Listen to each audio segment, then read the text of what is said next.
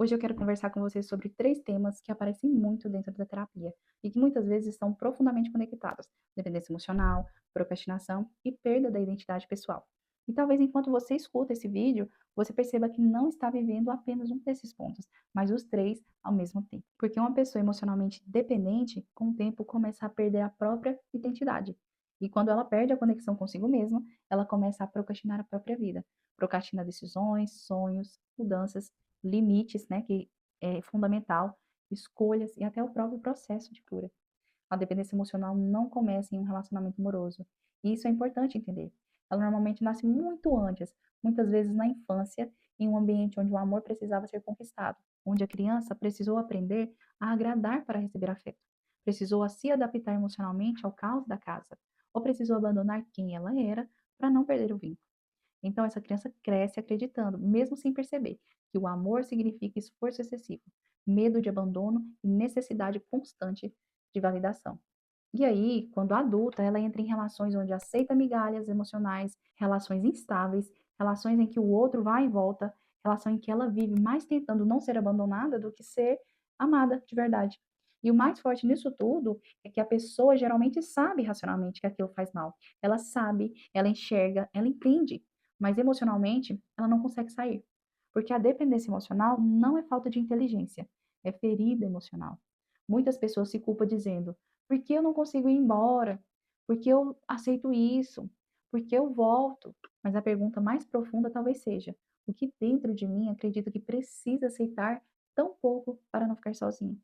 E isso toca diretamente à identidade. Porque quando alguém vive muito tempo tentando ser aceito, amado ou escolhido, ela começa a se moldar ao desejo do outro. Vai deixando gostos, opiniões, vontades e até partes da personalidade para sobreviver emocionalmente. E aí chega um momento que a pessoa olha para si mesma e sente um vazio muito estranho, como se estivesse se perdido dela mesma. Ela já não sabe mais o que gosta, não sabe mais o que quer, não sabe mais quem é sem aquela relação, sem aquela validação, sem aquele vínculo. E isso é mais comum do que parece.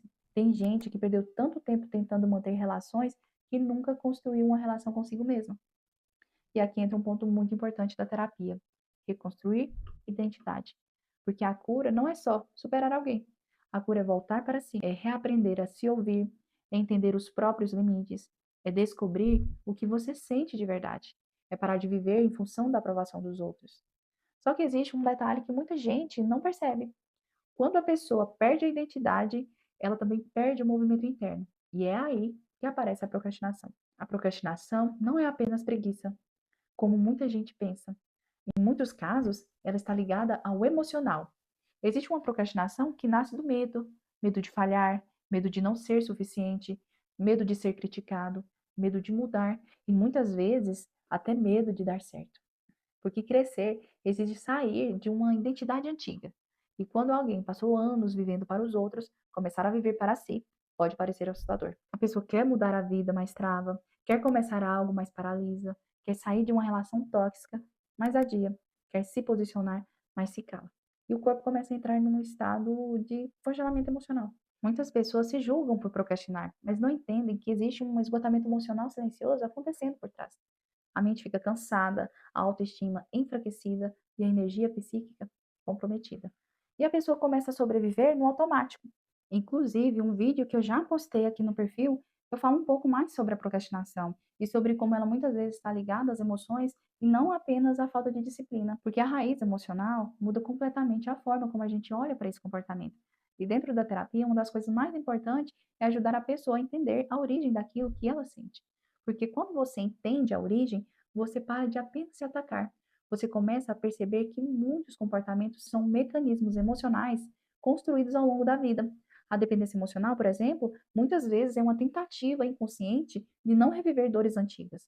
A procrastinação pode ser uma defesa contra o medo e a autocobrança.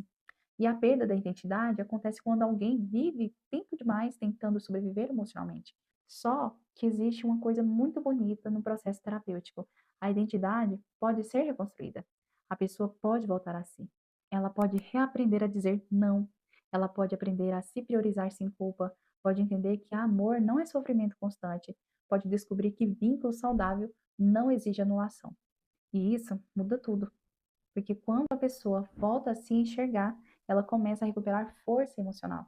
Ela começa a tomar decisões com mais consciência, começa a criar limites, começa a parar de implorar presença, começa a perceber que merece relações leves, recíprocas e emocionalmente seguras. E uma coisa que eu sempre considero importante dizer é: ninguém cura a dependência emocional apenas recebendo conselho, porque a dor emocional não se resolve apenas na lógica.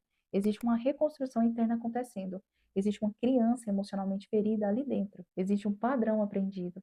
Existe medo, existe abandono, existe carência afetiva acumulada. Por isso, o processo terapêutico é tão importante, porque a terapia ajuda a pessoa a reorganizar emocionalmente aquilo que foi desorganizado durante anos. E talvez hoje você esteja percebendo que se perdeu um pouco de si. Talvez esteja cansado emocionalmente, talvez esteja vivendo relações que te confundem mais do que te acolhem. Talvez esteja procrastinando a própria vida sem perceber. Mas existe um caminho de volta. Você não precisa continuar vivendo em função da ausência, da validação ou do medo de perder pessoas. Existe vida além da dependência emocional. Existe identidade além da dor. Existe movimento além da procrastinação. E o primeiro passo da cura não é fazer tudo perfeitamente. O primeiro passo é começar a olhar para si com consciência. Porque quando você se reencontra, muita coisa começa a mudar naturalmente.